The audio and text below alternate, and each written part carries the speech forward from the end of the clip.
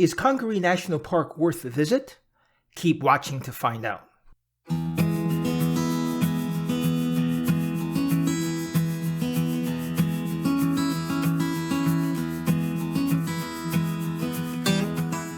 Congaree National Park holds a special place in my heart because it was at Congaree on a rainy Monday morning we decided to visit all the national parks in the United States, and what a journey it was. It took us 8 years to complete the journey, and it was everything I hoped for and more. What a magnificent country we have in these United States. Each national park has at least one claim to fame, and each of them special. Some focus more on preservation, while some focus more on recreation. Many focus on both. Congaree focuses on the preservation of old-growth forest and the floodplain. Congaree is one of the smaller parks, ranked 56th and only 26,000 acres. Located in the middle of South Carolina, it is within 1 day's drive of a lot of people. Yet, it's one of the least visited parks with only 250,000 visitors in 2023. Congaree protects the old-growth floodplain and some of the tallest trees in eastern United States. The floodplain supports an extraordinary variety of life. Because of this diversity, the park is part of the Congaree International Biosphere region. The constant movement of water in and out of the floodplain brings life-sustaining nutrients to the ecosystem that supports this diversity in life, from river otter to inchworm, from butterfly to woodpecker. This constant movement of water also makes Congaree a hard place to visit. Why? Because floods close trails, and even when they're open, they can be muddy and hard to hike. It's difficult to plan too far ahead for a visit to Congaree because you can't plan for rain too far ahead. After a heavy rain, it takes a while for water to recede and the trails to dry out. On average, the park floods 10 times a year. When it floods, many trails are closed.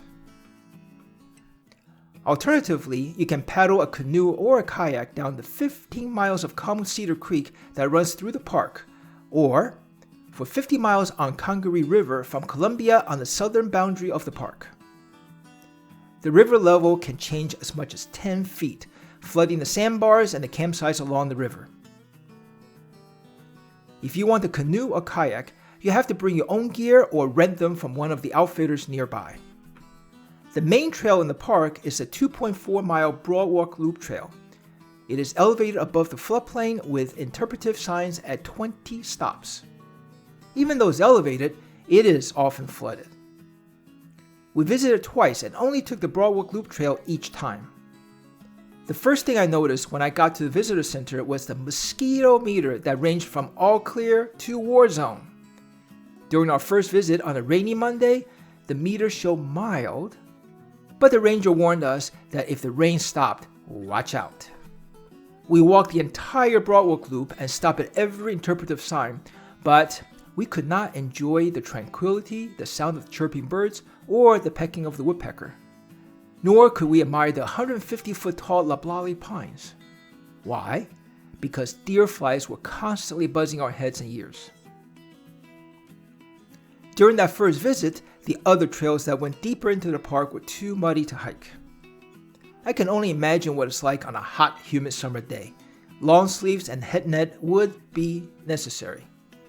Our second visit was 7 years later, on a crisp, sunny Friday morning in December. The mosquito meter showed all clear, and there were no bug problems. It rained a few days before, however, so most of the park was flooded, including half of the elevated Broadwalk Loop Trail. No loop this time, just an out and back from the visitor center to the muddy Weston Lake. The rest of the park was completely flooded and all the trails were closed. Because there were no bugs, we were able to linger and enjoy the scenery, hear the birds and the woodpecker, and admire the very tall trees. The 2.5-mile round-trip walk was very enjoyable, but that was all we could do. With the flood, we did not see too many creatures. Congaree National Park is hard to plan for because the conditions change so often and so quickly. Depending on the amount of rain, the flood takes days to recede and many more days for the trails to dry out. There is one event, however, at Congaree that you have to plan for well in advance: the annual Firefly Viewing event. Each year, in May or June, the synchronous fireflies put on a show as they search for mates. It is so popular there is a lottery system to get a pass for the viewing. For 2023, the lottery opened on April 6th. So, is Congaree National Park worth a visit? Well, it depends. I don't recommend having Congaree as your main destination for your trip like you would for Yellowstone, if you're coming from far away. It's difficult to plan more than a week ahead because the conditions vary so much. The exception to this is if you are planning a canoe or kayak trip.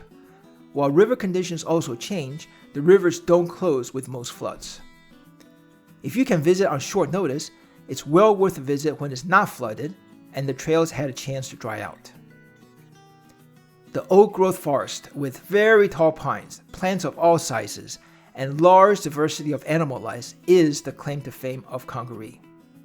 To truly enjoy this park, don't go during the summer. It's just unpleasant and hot and humid weather with a lot of bugs.